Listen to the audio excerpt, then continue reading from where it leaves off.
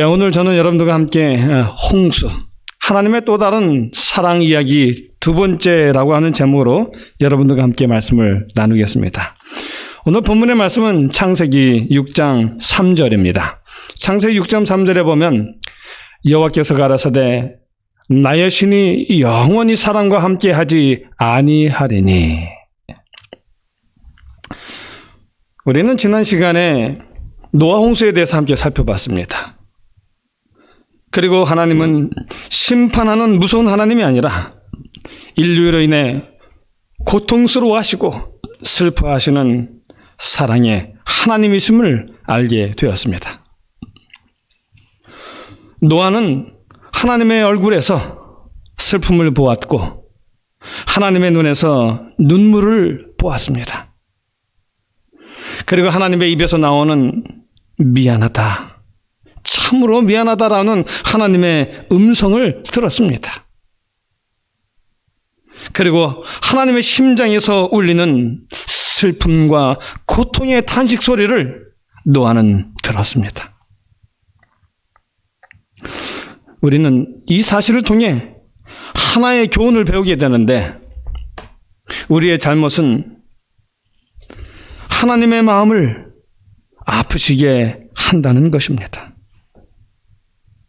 우리의 범죄가 단지 나의 구원과 멸망에만 관계되는 것이 아니라 우리 하나님의 거룩한 사랑에 고통을 안겨드린다는 것입니다. 저는 아시다시피 아이가 넷이 있습니다. 그런데 넷째 아이가 유치원에 다닐 때에서야 비로소 유치원생은 평가를 ABC로 하지 않는다는 사실을 알게 되었습니다. 큰애부터 셋째까지 그 유치원을 다 다녔는데 아이들 평가를, 유치원생 평가는 ABC로 하지 않는다는 사실을 제가 모르고 있었던 것입니다. 유치원생들 평가는 어떻게 하냐면 그린, 오렌지, 레드 이렇게 세 가지의 색깔로 평가를 합니다. 잘하면 그린, 좀 못하면 오렌지, 그리고 아주 못하면 레드입니다. 하루는 제가 우리 예종이가 그 유치원 다닐 때 예종이를 붙잡고 이야기를 했습니다. 예종아, 예종이가 그린을 받으면 아빠가 행복할까 슬플까? 아빠는 예종이가 그린을 받으면 너무너무 행복해. 왜 그런지 알아? 아빠는 예종이를 너무 사랑하기 때문에 그래. 그래서 예종이가 레드를 받아오면 아빠는 너무너무 슬퍼. 그래서 아이에게 선생님 말씀 잘 들어라. Follow the direction 잘 해라. 친구하고 싸우지 말고 사이좋게 잘 지내라라고 신신당부를 했습니다. 그리고 학교에 갈 때는 아이의 손을 꼭 잡고 기도도 했습니다. 근데 여러분, 제가 왜 그렇게 했는지 아십니까? 아이를 사랑하기 때문입니다. 아이를 사랑하기 때문에 저의 행복과 기쁨과 슬픔이 아이에 의해서 결정되어지기 때문입니다. 이처럼 하나님은 우리를 사랑하시기 때문에 나의 잘못 하나하나는 우리 하나님의 마음을 아프시게 한다는 것입니다. 그리고 오늘 우리가 어쩌다 하나 별것 아닌 것일지라도 잘하면, 아이가 그림 받아오면 하이파이브하고 막 기뻐서 좋아하는 것처럼, 그리고 아주 잘했어, 참 잘했어 하면서 아이를 꼭 안아주는 것처럼 우리 하나님도 얼마나 기뻐하시는지 모릅니다. 이처럼 우리의 행동 하나하나에 하나님께서는 기뻐하시고 슬퍼하십니다. 그런데 하나님께서 왜 그러시는지 아십니까? 왜 하나님은 우리의 일거수일투족 하나하나에 왜 그렇게 큰 관심을 가지고 계시는지 아십니까? 그것은 오직 하나, 우리를 사랑하시기 때문입니다. 야곱이 요셉을 자기의 생명처럼 사랑했던 것처럼 하나님도 우리 한 사람 한 사람을 당신의 생명처럼 생각하십니다. 삐뚤어진 자식이 정신 차리고 돌아오는 유일한 길은 부모님의 사랑을 깨닫는 것입니다. 지금으로부터 한 12년 전쯤에 있었던 일입니다. 자식을 많이 둔 덕분에 아비가 된 특권으로 책망이 사랑이라는 사실을 깨닫게 된 경험이 있었습니다. 그때 그 경험을 제가 칼럼으로 써서 당시 교회에서 모퉁이돌이라고 하는 제목으로 발간되어지던 월간지에 실었었습니다. 그 내용을 여러분들에게 읽어드리겠습니다. 지난 안식일 여름 성경학교를 준비하느라 교회에서 밤 10시가 되어서 돌아왔다. 그런데 우리 태종이가 참 말을 안 들었다. 4번, 5번, 아니 10번을 말해야 겨우 말을 들었다. 그런데 집에 돌아와서 아내가 또 태종이를 혼낸다. 너 예배 시간에 엄마 옆에 앉으라고 불러도 오지도 않고 도대체 왜 말을 안 듣니? 도대체 왜 그러니? 말 좀 들어라. 제발 말 좀 들어라. 그리고 아내는 예종이줄 우유를 준비하는데 태종이가 참견을 한다. 조심해라. 조심해라. 그러나 그 말이 무색하게 이를 저지르고 말았다. 나도 인내의 한계에 다다른지라 깨볶을 때 쓰는 긴 나무 주걱을 꺼내 무릎 꿇게 하고는 소리치며 넓적다리를 마구 때려 주었다. 지금까지 이렇게 아이를 세게 때려본 적이 없었다. 차마 사랑하는 아이에게 매를 든다는 것이 쉽지만은 않은 일이었다. 앞으로 아빠가 3번까지 말해도 듣지 않으면 매 맞는다는 마지막 호통과 함께 약속을 받아냈다. 그리고는 빨리 올라가 샤워하고 자라고 소리쳤다. 그랬더니 아이가 즉시 바지를 벗는데 보니 시퍼렇게 멍이 들었다. 아내에게 약을 좀 발라주라 말하곤 내 방에 들어갔다. 그것을 보는 순간 가슴이 아팠다. 아이가 얼마나 아팠을까? 사실은 눈물이 날 지경이었다. 자정쯤 아이 방에 들어갔더니 콘이 잠들어 있었다.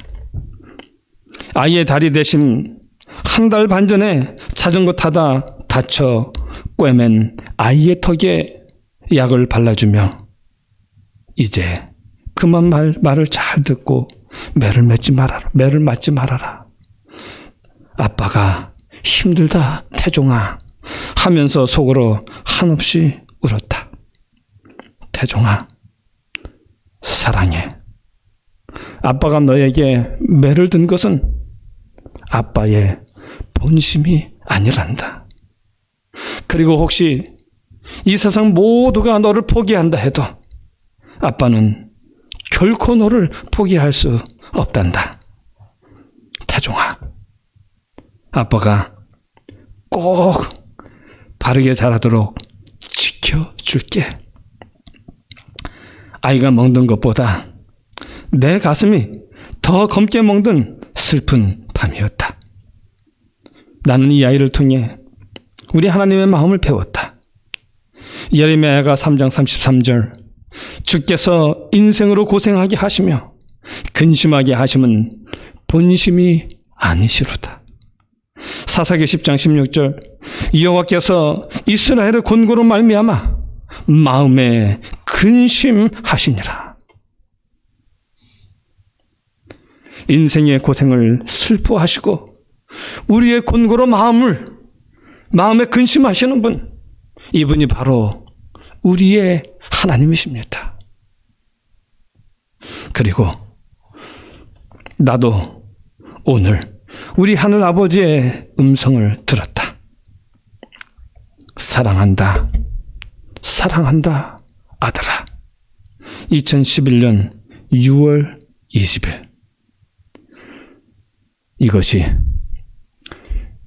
이것이 아버지의 마음입니다.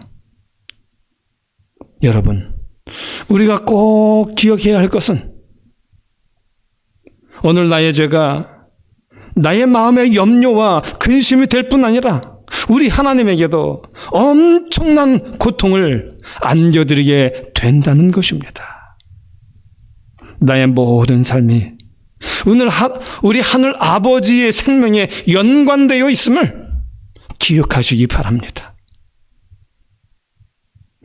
자, 그럼 하나님의 심판의 목적은 무엇일까요?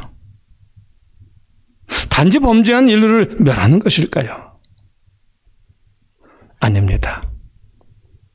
하나님의 심판은 더 이상 이 세상이 타락하지 않게 하시려는 목적이 있습니다.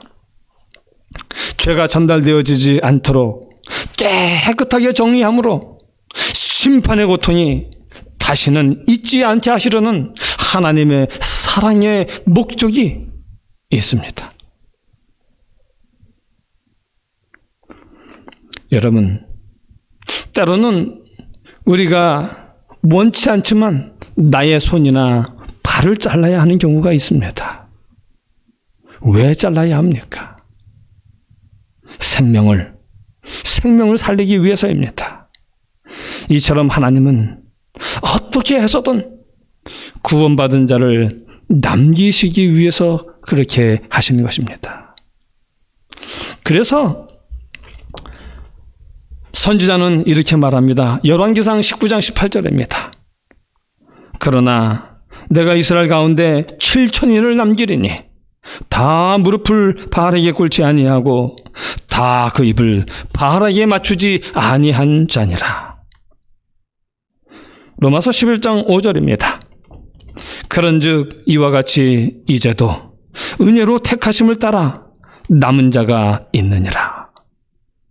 남은 자, 그렇더기 사상을 엿볼 수가 있습니다. 선지자 이사야는 이렇게 말합니다. 이사야 1장 2절로 10절입니다.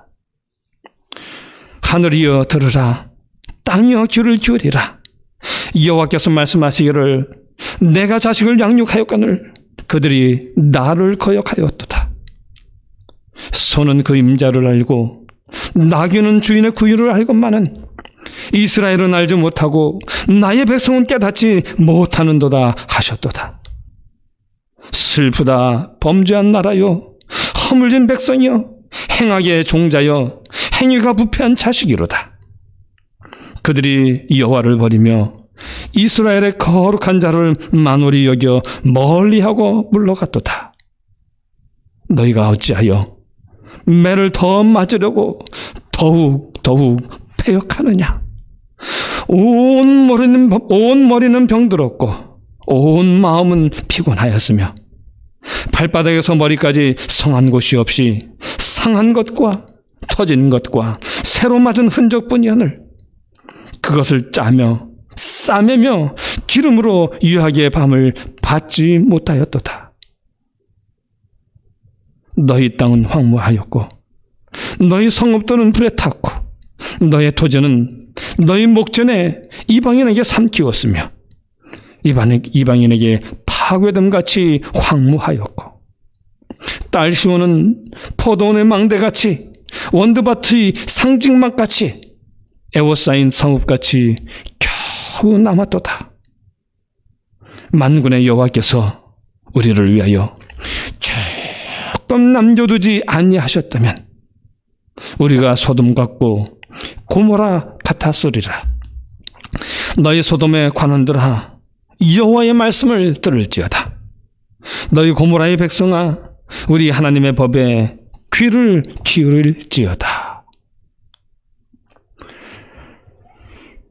자, 이제 오늘 우리는 창세기 6장 3절에 있는 나의 신이 영원히 사람과 함께하지 아니하리니라는 이 말씀에 대해서 조금 생각을 해보겠습니다. 여러분, 이게 무슨 말씀입니까? 이게 어떤 의미입니까? 우리가 이것을 알기 위해서 베드로전서 3장 18절로 28절에 있는 말씀을 먼저 보겠습니다. 베드로전서 3장 18절로 20절입니다. 그리스도께서도 한 번 죄를 위하여 죽으사 의인으로서 불의한 자를 대신하셨으니 이는 우리를 하나님 앞으로 인도하려 하심이라. 육체로는 죽임을 당하시고 영으로는 살리심을 받으셨으니 저가 또한 영으로 옥에 있는 영들에게 전파하시니라. 그들은 전에 노아의 날 방주 예비할 동안 하나님이 오래 참고 기다리실 때에 순종치 아니하던 자들이라. 방주에서 물로 말미암아 구원을 얻은 자가 몇 명뿐이니 겨우 8명이라. 자, 여기 여러분 옥에 있는 영들이라고 얘기합니다. 옥에 있는 영들. 여러분, 여기서 말하는 옥에 있는 영들은 누구일까요? 여기서 말하는 옥은 무엇일까요? 감옥일까요? 지옥일까요? 이 뜻을 알려면 베드로가 말하는 옥에 있는 영들이 누구인지를 잘 알아야 합니다. 20절을 한번 보실까요? 여기 나옵니다. 그들은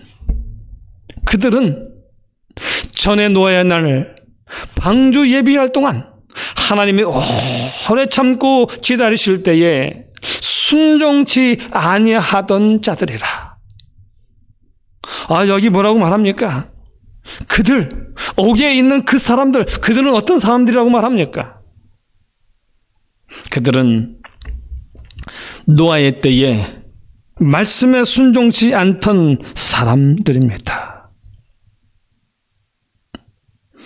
이 사람들은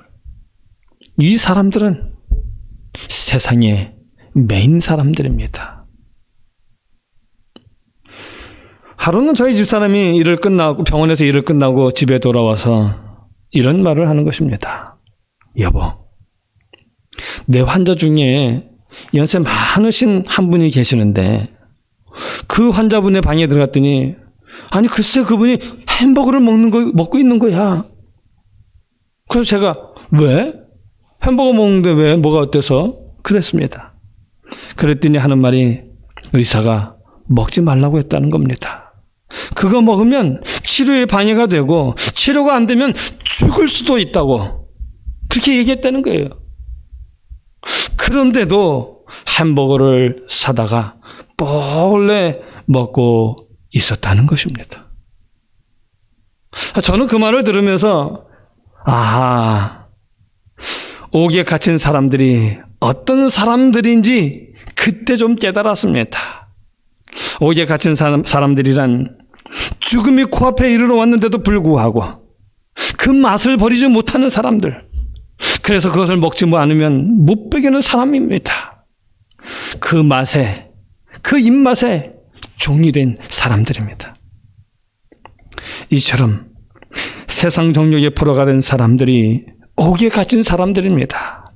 세상 정욕에 포로가 된 사람들이 바로 옥에 갇힌 영들입니다. 하나님의 말씀과 성령이 역사하셨음에도 불구하고 세상 정욕의 포로가 되어 더 이상 하나님의 영에 지배를 받지 않게 된 사람들, 그 사람들이 바로 옥에 갇힌 사람들입니다. 나의 신이 영원히 사람과 함께 하지 아니하리니라는 말은 바로 이런 뜻입니다. 창세기 6장 3절에 보면 나의 신이 영원히 사람과 함께하지 아니하리니라고 말씀하고 계십니다. 여기서 함께라는 말은 어떤 말인가 하면 히브리어로 다스리다, 애쓰다라는 그런 의미를 가지고 있습니다. 그러므로 나의 신이 영원히 사람과 함께하지 아니하리니라는 말의 의미는 거듭된 하나님의 말씀의 권고와 성령의 감동하심에도 불구하고 악한 길로 가는 사람들을 이야기하는 것입니다. 성령께서 더 이상 그 마음을 주장하실 수도 없고 그 마음을 인도하실 수도 없게 되어 그들을 더 이상 제지하거나 개선하도록 애쓸 수 없게 되어서 결국 성령이 그들을 떠나게 되었다라는 그런 말입니다. 하나님께서 애쓰고 애를 써도 결국은 되지 않은 사람들, 하나님의 성령이 그렇게 강권하고 그들을 이끌려고 애를 쓰셨는데도 불구하고 끝까지 자기의 그 악한 길, 정욕의 길을 따라가는 사람들입니다. 그래서 하나님께서도 결국은 포기할 수밖에 없는, 주의 성령이 떠날 수밖에 없는 그런 사람들. 그래서 로마서 1장 19절로 24절에서는 이렇게 말을 하지요. 로마서 1장 19절로 24절입니다. 이는 하나님을 알 만한 것이 저희 속에 보임이라. 하나님께서 이를 저희에 보이셨느니라. 창세로부터 그에 보이지 아니하는 것들, 곧 그의 영원하신 능력과 신성이 그 만드신 만물에 분명히 보여 알게 되나니, 그러므로 저희가 핑계치 못할지니라. 하나님을 알되 하나님으로 영화롭게도 아니하며 감사치도 아니하고 오히려 그 생각이 허망하여지며 미련한 마음이 어두워졌나니, 스스로 지혜 있다 하나 우준하게 되어 썩어지지 아니하는 하나님의 영광을 썩어질 사람과 금수와 버러지 형상의 우상으로 바꾸었느니라. 그러므로 하나님께서 저희를 마음의 정욕대로 더러움에 내어버려두사 저희 몸을 서로 욕되게 하셨느니라. 이것이 바로 하나님의 신이 떠난 사람들의 모습입니다. 부조 선지자 90에서 91페이지는 이렇게 기록을 합니다. 하나님께서는 홍수전에 살았던 이 사람들에게 풍요한 선물을 많이 주셨다. 그러나 그들은 그들의 선물을 자신들을 영화스럽게 하는데 사용했으며, 그들의 애정을 선물들을 주신 분에게가 아닌 선물들에만 둠으로써 그것들을 저주로 만들었다. 그들은 금, 은, 보석과 상품의 목재를 써서 그들 자신을 위하여 주택을 건축하였고, 그들의 가옥을 가장 정교한 솜씨로 아름답게 꾸미는 데 있어서 다른 사람들을 앞지르려고 노력하였다. 그들은 그들의 교만한 마음의 욕망을 만족시키기만을 추구했으며 쾌락과 사악의 길에 빠졌다. 마음에 하나님 두기 싫어한 그들은 얼마 안 있어 그분의 존재까지 부인하기에 이르렀다. 이것이 바로 성령을 회방하고 거스르는 죄입니다. 이것이 바로 용서받을 수 없는 죄인 것입니다. 성령이 다스릴 수도 그를 위하여 신원할 수도 없어서 더 이상 성령이 함께 할 수 없는 사람들, 그 사람들을 성경은 육체라고 말합니다. 또 다른 말로는 육신이죠. 이제 우리 창세기 6장 9절에 있는 말씀을 좀 보겠습니다. 창세기 6장 9절에 보면 노아의 사적은 이러하니라. 노아는 의인이요 당세의 완전한 자라. 그가 하나님과 동행하였으며. 여기 노아에 대해서 이렇게 말합니다. 노아는 의인이었다고요. 노아는 완전한 자였다고요. 노아는 하나님과 동행했다라고 이렇게 말을 합니다. 이게 무슨 말입니까, 여러분? 노아가 의인이라는 말, 그러면 그는 죄가 하나도 없는 완전한 사람이었다라는 그런 말일까요? 그럴 리가요. 그럴 리가 없습니다. 아담 이후로 죄 없는 자가 없습니다. 그리고 우리는 노아 홍수 이후에 노아가 술에 취하여 벌거벗은 채 드러놓는 실수를 한 것도 우리는 알고 있습니다. 그렇다면 노아는 죄가 하나도 없는 완전한 사람은 아니라는 것입니다. 그렇다면 성경이 말하는 의인, 성경이 말하는 의인은 어떤 사람일까요? 탈무드에서 완전에 대해서 이렇게 말합니다. 믿음대로 행한다는 말은 하나님과 함께 걷는다는 말이다. 그리고 이 말은 하나님과 연합하는 삶을 말한다. 이 삶이 완전한 삶이다. 여기 이야기합니다. 믿음대로 행한다는 말은 하나님과 함께 걷는다는 말이라고요. 믿음대로 행한다는 말은 하나님과 연합하는 삶을 사는 것이라고요. 이것이 바로 완전한 삶이라고 이야기합니다. 하나님은 노아에게 말씀하셨습니다. 세상에 종말이 다가올 것이니 너는 준비하여라. 큰 방주를 만들어 너의 가족이 들어가고 짐승들을 각기 그 종류대로 그 안에 들여보내 생명을 보존하라. 노아는 하나님의 말씀을 따라 그대로 행하였습니다. 이처럼 완전한 삶이란 하나님의 말씀을 듣는 것이고요. 듣는 그 말씀대로 그대로 믿는 것이고요. 또 믿는 대로 행하며 사는 것, 그것이 바로 완전한 삶입니다. 노아는 하나님께서 말씀하신 대로 비가 많이 올 것을 믿었으며 그래서 명하신 대로 방주를 만들었습니다. 여러분,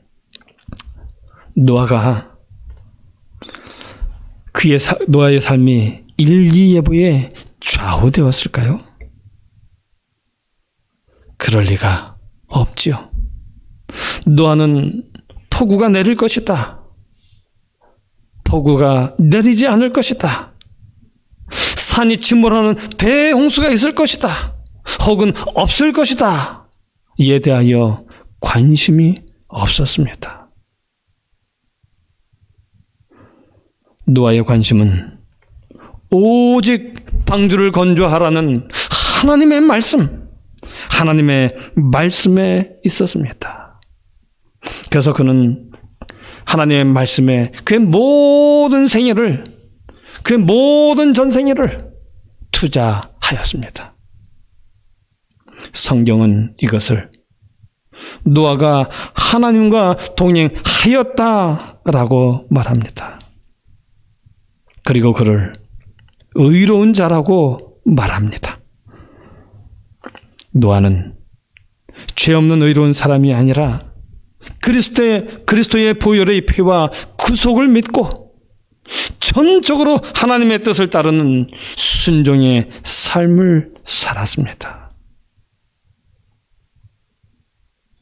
즉 노아는 십자가의 예수님을 믿음으로 의롭다함을 받은 사람입니다. 때때로 넘어지고 실수하지만 그때마다 회개하고 더욱 하나님과 동행을 새롭게 회복하는 사람이 바로 의인입니다. 저는 아이들이 많다 보니 여러 가지 경험을 할 기회가 많았습니다.